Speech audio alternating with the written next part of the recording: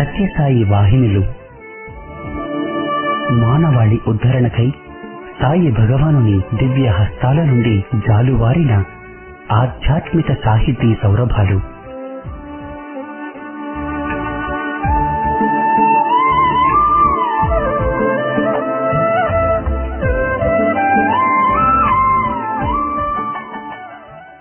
ఓం శ్రీ సాయిరామ్. 1958 మహాశివరాత్రి పర్వదినం నాడు భక్తుల ప్రార్థన మేరకు స్వామి స్వయంగా పేరునిస్తూ సనాతన సారథి అనే మాసపత్రికను ప్రారంభించారు. సత్యసాయి భగవానుడే స్వయంగా ప్రేమవాహిని, ధర్మవాహిని, జ్ఞానవాహిని ఇలా 15 వాహినుల పేరిట 26 ఏళ్ల పాటు ప్రతి మాసం వ్యాసాలను సనాతన సారథికి అనుగ్రహించారు. సాయి తత్వబోధ, సాయి ప్రేమ సారం ఈ 15 వాహినులలో నిక్షిప్తమై ఉంది. ఆ వాహినుల పరంపరలోని ఇప్పుడు మీరు వినబోయేది భాగవత వాహినిలోంచి ఒక భాగం.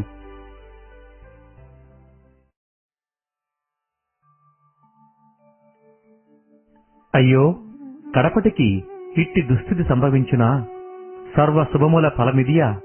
సదాచార సార మిట్టిదిగా మారునా? జలమందు మునిగి ప్రాణమును కోల్పోగు వాటికిని, చెట్టు నుండి క్రిందపడి ప్రాణము విడిచి వాటికిని, పాముకాటుతో ప్రాణమును వీడు వాటికిని సద్గత లేదనియు అది అపమృత్యువనియు శాస్త్రము చెప్పినది గదా.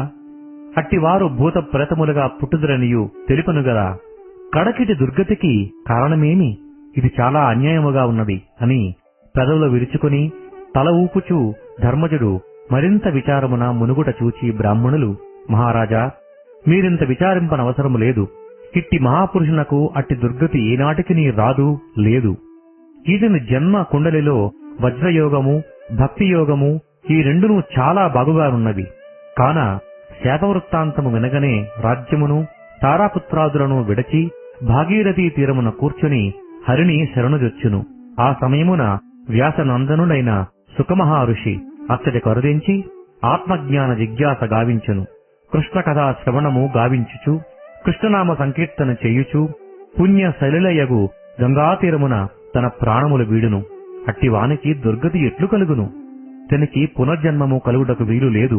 భక్తియోగము ద్వారా పురుషోత్తమునిలో చేరిపోవును అని బ్రాహ్మణులు తెలుపగానే ధర్మజుడు చింతన వీడి సంతసమున ధన్యుడు ధన్యుడు అని పలుకుచూ అటులైన ఇది శాపముగాదు వరదానము అని తెలిపినాడు.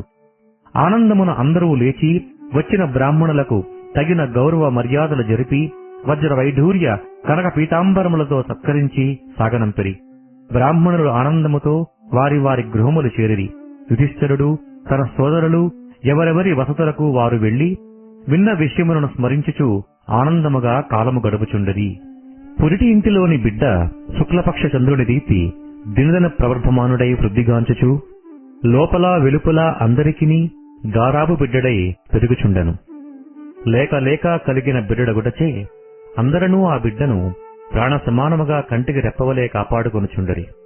ఉపపాండవులను కోల్పోయి దుఃఖమునకు ములుచుండిన ద్రౌపదియును, మహావీర పుత్రరత్నమును కోల్పోయి నిరంతరము దుఃఖముచే కృషించుచున్న సుభద్రయు, అశ్వత్థామ చేసిన అస్త్ర ప్రభావముచే ఈ ఉత్తర గర్భమున నుండు బిడ్డ ఏమగునో, అసలు పాండవ వంశమే ఇంతటితో సమాప్తి కాగలదేమో అని తమలో తాము విచారమును మునిగి ఉండిన యుధిష్ఠిర భీమార్జునాదులను ఈ బిడ్డను చూచి సర్వము మరచి సంతోష సాగరమున మునిగి అల్లారుముద్దుగా ఆడించుకొనుచు కాలమును కడు రమణీయముగా గడుపుచుండరి.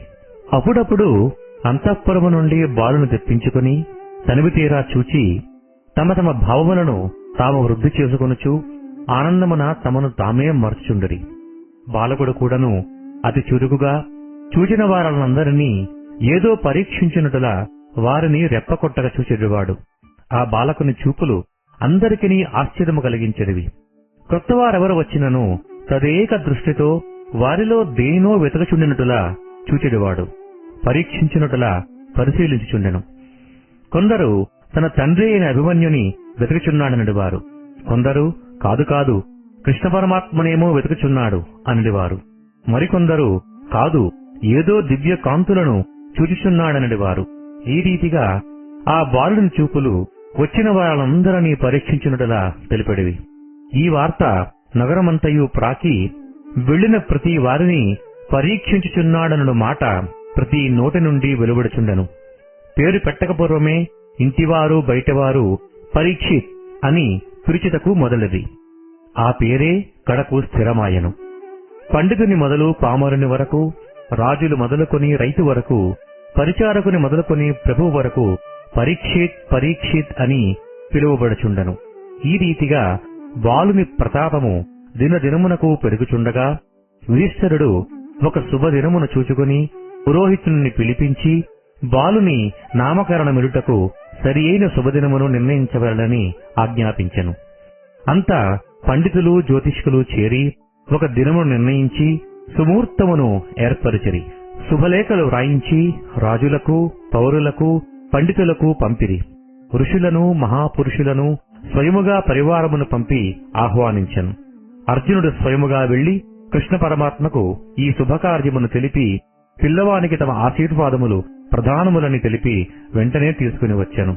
కృష్ణ పరమాత్మ వచ్చినప్పటికీ ఋషులు, బ్రాహ్మణులు, రాజులు, సామంతరాజులు, పురప్రజలు సర్వాలంకార భూషితులై పాండవుల ద్వారము వద్ద స్వాగతమిచ్చుటకు సిద్ధముగా నుండిరి. అర్జునుని రథము ముందు, కృష్ణ పరమాత్మ రథము వెనుక వశిష్ఠుడు చూచి మంగళవాయిద్యమును మ్రోగించిరి. జయజయధ్వనులు మిన్నుముట్టెను.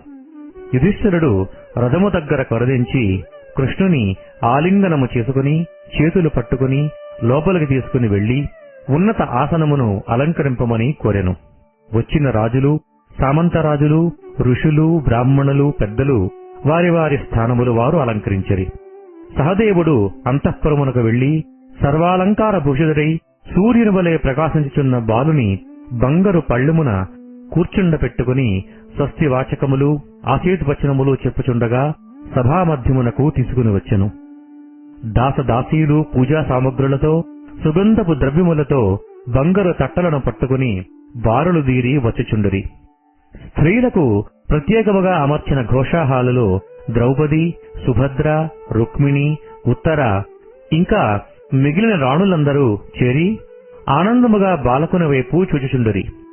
సహదేవుడు బాలకుని తెచ్చి కళ్యాణ మండపమందు పూల పాన్పుపై పరుండబెట్టగానే లేచి మ్రోకాళ్లతో ప్రాకుచూ ఎంత వారించిననూ నిలువక అటూ ఇటూ వెలుటకు ఉర్రూతలూగుచుండినట్టులా కనిపించెను.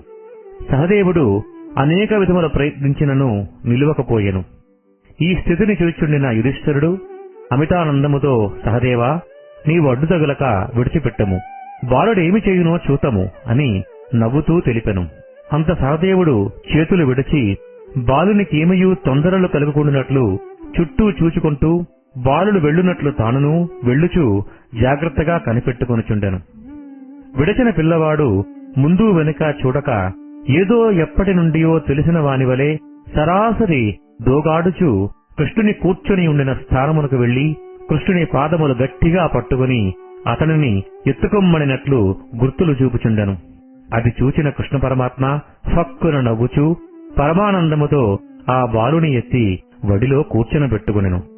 కృష్ణుని వడిలో కూర్చొని ఉన్న పిల్లవాడు సామాన్య పిల్లల వలె అటు ఇటూ తిరగక నిల్చి అవి ఇవి లాగక కన్నులు రెప్పలు వేయక ఆడక కృష్ణ పరమాత్ముని ముఖ కమలమును తదేక దృష్టితో చూచుచుండుట చూపరులందరికీ ఆశ్చర్యమును కలిగించినది. కృష్ణ పరమాత్మకు సహితము ఆశ్చర్యమును కలిగించెను. అంత కృష్ణ పరమాత్మ యుధిష్ఠిరునితో, బావా, ఈ బాలుడు వచ్చిన వారందరినీ పరీక్షించుచున్నాడని వినిన వార్తను నేను విశ్వసించలేదు. ఏదో పిల్లవాడు చేయు చేష్టలకు బ్రాహ్మణులు ఈ విధమైన కథలు కల్పించియుందురు అని తలంచి ఉంటని. ఇప్పుడు చూడ, ఇది పరమాశ్చర్యము. నన్ను కూడాను పరీక్షాదృష్టితో పరీక్షించుచున్నాడు. నేను కూడాను కొంత పరీక్షించి చూతును అని కృష్ణ పరమాత్మ ఆ బాలుని దృష్టిని మరల్చుటకై ఎన్నియో విధముల ఆటబొమ్మలను తెప్పించి ముందు వైచి తాను ఆ పిల్లవానికి కనిపించనట్టులా మరుగున ఉండి తిలకించుచుండెను. కాని ఆ బాలుని దృష్టి ఏ సామగ్రిని ఆకర్షింపక కృష్ణుడు వెళ్లిన వైపునకే తదేక దృష్టితో చూచుచూ అటుపోవ ప్రయత్నించెను. ఈ విధముగా పరమాత్ముడు అనేక విధముల బాలుని పరీక్షించి కడకు తన ప్రయత్నములు ఫలించకపోవుటచే ఈ బాలుడు సామాన్యుడు కాడు, నా పరీక్షకు కూడాను లొంగక నెగ్గినాడు. కనుక పరీక్షితుడన్న నామము ఈ బాలునకు సార్థకము కాగలదు అని కృష్ణ పరమాత్మ చెప్పిన తోడనే పండితులు ఆశీర్వాదములు చేసిరి. బ్రాహ్మణులు మంత్రములు చెప్పిరి. మంగళ వాయిద్యములు మిన్ను ముట్టెను. దాసీలు గౌరీ కళ్యాణము పాడిరి. ఆచార్యుడు బంగారు గిన్నెలోని తేనె నవరత్నముల పతకములో అద్ది ఒక్కొక్క అక్షరము వ్రాసి బాలుని నాలుకపై వేసెను. సువర్ణ పల్లెరమందున్న బియ్యమందు సువర్ణ పుష్పములతో పరీక్షిత్ అను సంస్కృత అక్షరములతో లిఖింపగా అందరూ బాలుని శిరసున ఆశీర్వాదములతో అక్షింతలు వేసిరి. ఈ విధముగా పరీక్షిత్ నామకరణము అత్యంత వైభవముగా జరిగెను. వచ్చిన స్త్రీ పురుషులందరికీ తగిన రీతిగా సన్మానములు ఇచ్చి సాగనంపిరి. నామకరణమునకై ఏర్పరిచిన కళ్యాణ మండపమునందు బాలుడు చేసిన చిత్రములను లోపల వెలుపల ఒకరికొకరు ముచ్చటించుకొనుచుండరి. కొందరు మహా ఆశ్చర్యముతో బాలుని దృష్టిని శ్లాఘించిరి. ఇవి అన్నియును చూచిన యుధిష్ఠిరుడు పరమాశ్చర్యముతో వ్యాస భగవానుడున్న వసతికి వెళ్లి బాలుని విచిత్ర చేష్టలకు కారణమేమియను, దీనివలన ఏ శుభాశుభములు కలుగుననియు తాను వినగోరుచున్నానని వ్యాసుల వారిని ప్రార్థించెను. అందులకు వ్యాసుల వారు, ధర్మజ, బాలుడు ఉత్తర గర్భమందుండగా అశ్వత్థామ వేసిన అస్త్రము ఆ బాలుని సమీపింపగా పరమాత్ముడు పిండమందే ప్రవేశించి బాలుని రక్షించెను. ఆనాడు గర్భమున తనతో పాటు ఉండి తనను హతమార్చవచ్చిన అస్త్రమును ధనుమార్చిన ఆ పురుషుడు ఎవరా అని ఆనాడు గర్భములో చూచిన దివ్య కాంతులగల రూపుడు ఈ లోకమున ఎక్కడున్నాడని ఆనాటి నుండి ఆ కాంతిగల వ్యక్తులను కన్ను వార్చగా చూచుచుండెను. నేడు ఆ దివ్య స్వరూపుడు ప్రత్యక్షమొగటతోడనే గుర్తించి చెంత చేరను. ఇదే బాలుని చేష్టల యందలి మర్మము అని వ్యాసుడు తెలిపిన తోడనే ఆనంద భాష్పములు రాల్చుచూ యుధిష్ఠిరుడు మహాదానందముతో పరమాత్ముడు కరుణానిధి అని నమస్కరించెను.